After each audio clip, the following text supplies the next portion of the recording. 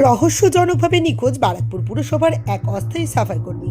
3:30টার সময় চা আনতে গেছে, আমাকে বললো আজকে গেল আর ফিরোনি বাড়িতে। এটা কি রোজই চা আনতে যায়? হ্যাঁ রোজই। আমি তো এই 3:30টার সময় আমি কাজ করতে বসি কলে, ও বলে কি চা নিয়ে আসি, ডেলি আসে। সেদিনকে আসে, বুধবার দিনে আসি। আজকে 3 দিন হয়ে গেছে স্যার, এখনো আসলো না স্যার।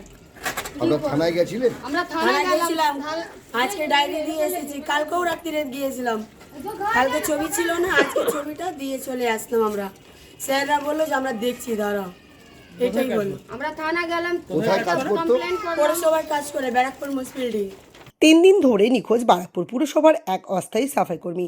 নিখোঁজ সাফাই কর্মীর নাম রবি মল্লিক। তিনি বারাকপুর লালকুঠি সংলগ্ন ইন্দিরানগরের বাসিন্দা। 32 বছর বয়সী রবি মল্লিকের খোঁজ না মেলায় দুশ্চিন্তায় তার পরিবার। নিখোঁজ যুবকের পরিবারের তরফে বৃহস্পতিবার টিটাগড় থানায় মিসিং ডায়েরি করা হয়েছে। নিখোঁজ যুবকের স্ত্রী করিশ্মা মল্লিক জানান, 24শে ডিসেম্বর বিকাল 3:30 নাগাদ তার স্বামী দোকান থেকে চা আনতে যাওয়ার নাম করে বাড়ি থেকে বেরিয়েছে, কিন্তু এখনও পর্যন্ত তার স্বামী বাড়িতে ফেরেনি।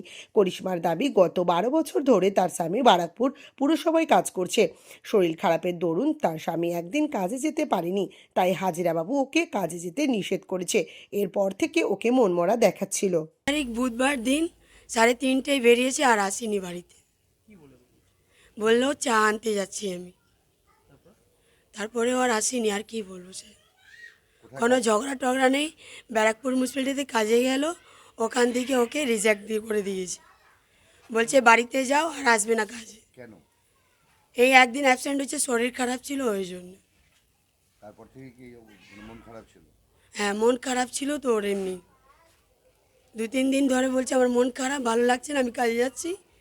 গিয়েছে, উনি বললো যে কাজ দেবো না। কতদিন ধরে কাজ করে? 12 বছর হয়ে গেছে তো কাজ করা।